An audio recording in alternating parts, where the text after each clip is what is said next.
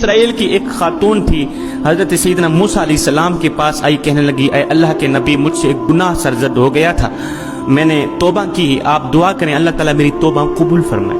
حضرت سیدنا موسیٰ علیہ السلام نے پوچھ لیا تو نے آخر کون سا ایسا گناہ کیا تھا؟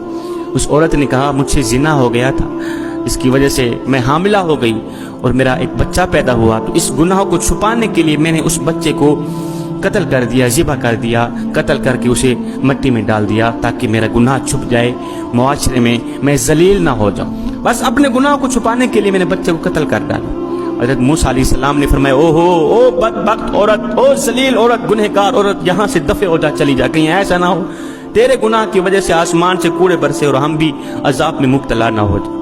وہ عورت ٹوٹے دل سے روتی ہوئی وہاں سے چلی گئی، اتنے میں حضرت جبریل علیہ السلام آئے۔ جبریل علیہ السلام نے آ کر کہا اے اللہ کے نبی، اللہ کہتا ہے، اللہ فرما رہا ہے تو نے توبہ کرنے والی کا دل توڑ دیا، اے موسیٰ کیا تو نے اس سے بھی بدتر گناہ کرنے والا کوئی نہیں پایا؟ حضرت موسیٰ علیہ السلام نے عرض کی اے جبریل، کیا اس سے بھی بڑا کوئی گنہگار ہوگا؟ اس سے بھی بدتر گندا گھٹیا گناہ کرنے والا کوئی ہوگا؟ جبریل علیہ السلام نے فرمایا ہاں، جان بوجھ کر نماز چھوڑنے والا شخص اس سے بھی زیادہ گنہگار ہے۔